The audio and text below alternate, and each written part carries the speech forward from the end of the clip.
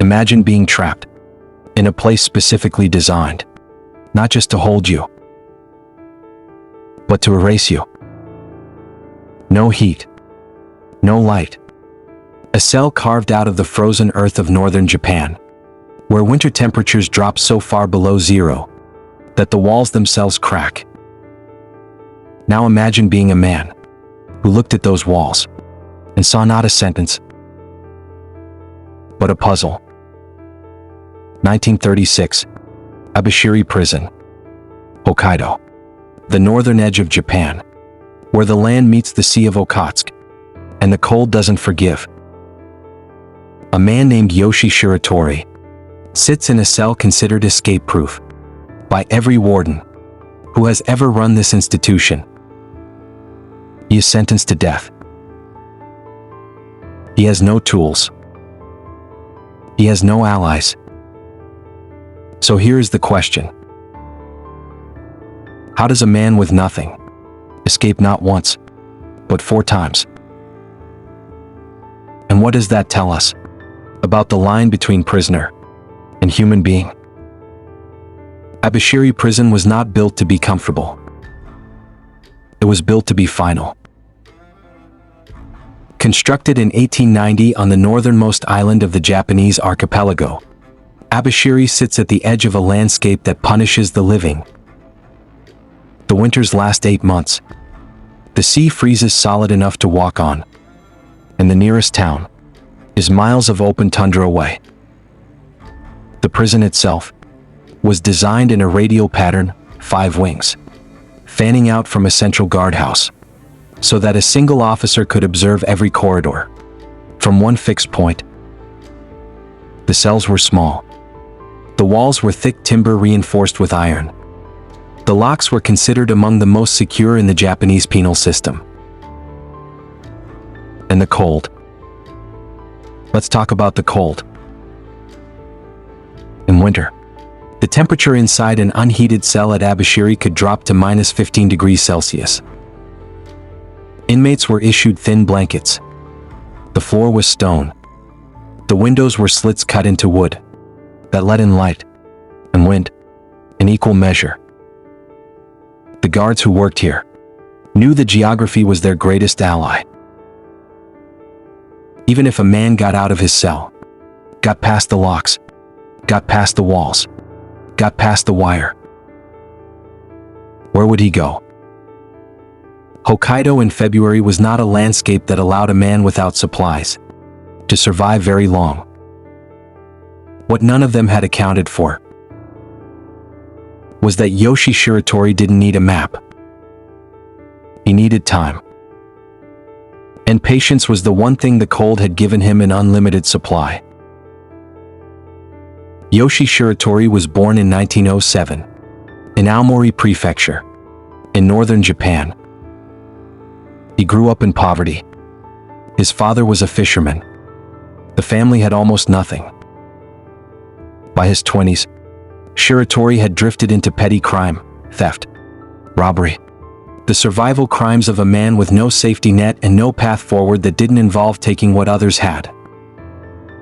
In 1933, he was convicted of murder, allegedly killing a police officer during his arrest.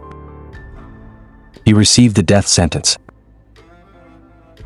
He was transferred to Aomori Prison to await execution. He never waited. Shiratori escaped from Aomori Prison in 1936. He was recaptured. He was transferred to Akita Prison, a harder facility, tighter cells, stricter oversight. He escaped from Akita Prison. He was recaptured again. The authorities faced a problem they did not know how to name yet. They had a man in custody who appeared to treat incarceration as a temporary condition, not as a sentence, not as a reality, as a problem to be solved. So they sent him to Abashiri, the place where escapes were not just unlikely, they were considered physically impossible. He was more than a criminal. He was a man the system had decided to break. What the system hadn't decided was what to do when the breaking didn't work. From the moment Shiratori arrived at Abashiri, he began studying. Not in the way a scholar studies books. In the way a predator studies its cage. He watched the guards. He learned their rotations. He noted which ones were distracted, which ones were precise, and which ones, just occasionally, took a few seconds longer than they should to look his way. He studied the cell itself. The walls were solid. The lock was iron. But the ceiling? The ceiling was timber. Thick timber. Sealed tight. But timber nonetheless. And here is the detail that no official record fully explains. Graph, plus 80 speed, 0.75x. Shiratori began using the metal bowl issued to him for meals. Each day, with extraordinary patience and extraordinary care. He used the rim of that bowl to wear away at a single bolt in his cell's upper framework. Not aggressively. Not quickly. A few strokes. Covered immediately. A millimeter of progress each night. He also discovered something that prison architects had perhaps not considered. Miso soup, the thin, salty broth served to inmates daily, could corrode iron. Applied consistently to the base of his cell door hinges, the salt compounds in the soup accelerated oxidation, millimeter by millimeter, day by day. Every small success brought him closer. But every small success also brought the risk of detection closer. One guard noticing a bolt that looked different. One inspection at the wrong moment. And it would be over. Every step forward was a battle with his own doubt. There were nights, investigators later concluded, when the temperature in his cell dropped low enough that the moisture in his breath froze before it reached the wall. There were nights when continuing must have seemed irrational. When the calculation of effort versus outcome must have collapsed under the weight of cold and hunger and isolation. He continued anyway. Would the guards notice before he was ready? That question followed him into every night. The exact date of his first escape from Abashiri is recorded as 1942. The conditions, winter. Near darkness. Temperature well below zero. The bolt gave. He moved quickly. No hesitation. He had rehearsed this in his mind so many times that the body moved without waiting for instruction. Up through the ceiling gap. Across the roof framework. Down the other side. The cold hit him like a wall. The compound was dark. The guards were on rotation. The window between one passing and the next was not long. He ran. Oh. Fast. Toward the perimeter. Would the searchlight catch him? It did not. The perimeter fence, iron, spiked, designed for deterrence, was not unscalable to a man who had spent years working his body in a cell. He went over it, tore his hands, kept moving. And then he was outside. For the first time in years, the only walls around him were the ones the landscape provided. And Yoshie Shiratori, who had survived years in a frozen cell on thin soup and harder silence, walked north into the dark. He was free. But the wilderness of Hokkaido had no interest in rewarding him for that. And the manhunt was already beginning. The terrain outside Abashiri in winter is not a landscape that forgives improvisation. It is flat, windswept, and offers almost no cover. The sea to the north was frozen. The forests to the south were dense and disorienting in darkness. Shiratori moved by instinct and stole to survive. Food from farmhouses. Clothing where he could find it. He avoided roads, avoided towns, and moved at night. He had no money. He had no documents.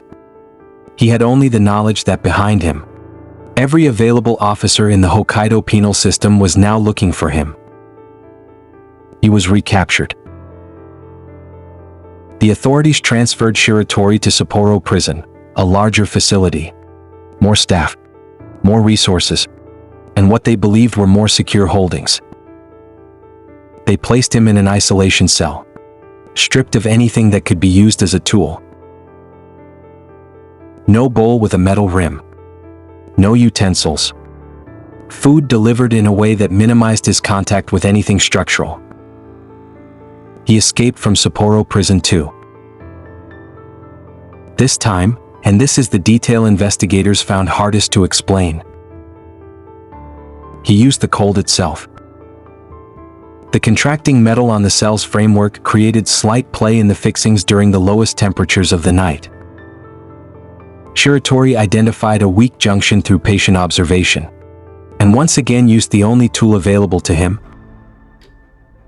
his own body, his own weight, applied with surgical consistency over weeks to create the gap he needed. What would you do if the only tool you had was yourself? He roamed Hokkaido for over a year. He stole. He moved. He kept to the margins. He was recaptured again and transferred to what the Bureau considered its most formidable facility, Asahikawa Prison. 3 escapes. 3 recaptures. Most men would have accepted the verdict of the walls by now. Yoshie Shiratori had not yet begun to study the new ones. Asahikawa Prison was supposed to be the end of the story. The authorities had briefed the staff explicitly. This man finds weaknesses. Remove every weakness. He studies routines. Make the routines unpredictable. He uses objects. Remove every object.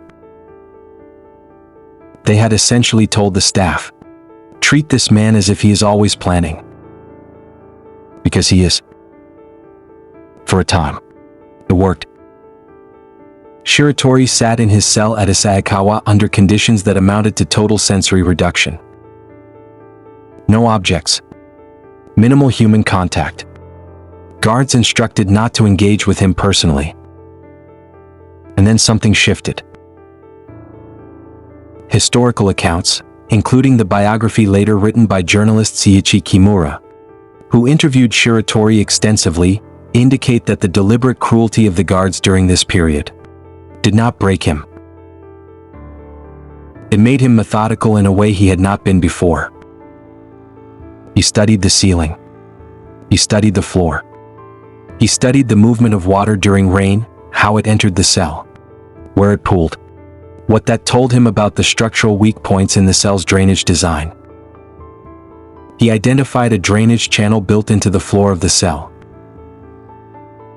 designed to remove wastewater, sized, barely, for that purpose. Over a period of months, using nothing but his own fingers, the wooden base of his food tray, and the same obsessive patience that had defined every previous escape, he worked at the drainage fitting, loosening, widening, a fraction at a time.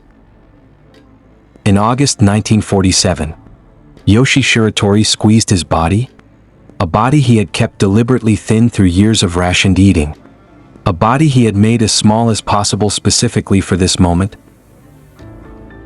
through a drainage channel in the floor of a maximum security cell. He emerged beneath the prison. He crossed the outer ground. He was gone. For 3 years. 3 years in the forests and margins of Hokkaido. 3 years as a ghost in a country that had his photograph on every police board. What was he thinking out there? And what would finally bring him back? Shiratori was finally recaptured in 1949. Not through a spectacular manhunt.